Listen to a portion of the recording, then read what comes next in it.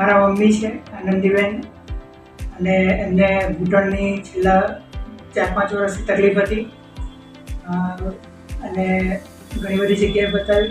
તો પછી મેં છેલ્લે ઓર્થોડી હોસ્પિટલમાં ડૉક્ટર રુચિ પટેલને મળ્યા, કે જેમનું માર્ગદર્શન બહુ અમને સારું લાગ્યું.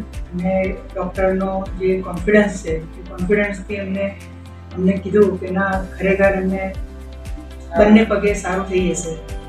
એટલે અમે પણ 1 by 1 પગે ઓપરેશન કરાવ્યું. ગયા અઠવાડિયે એક પગે કરાવ્યું અને 1 વીક જેવું અમે ઓબ્ઝર્વ કર્યું. બટ એમનો જે ઘૂંટણનો જે દુખાવો તે ટોટલી મટી ગયો જમણા પગે. પછી અઠવાડિયા પછી નેક્સ્ટ લેફ્ટ લેગ કરાયું અને એ પણ અત્યારે ઘણું સારું છે અને બંને પગે અત્યારે સારું ચાલે છે. અને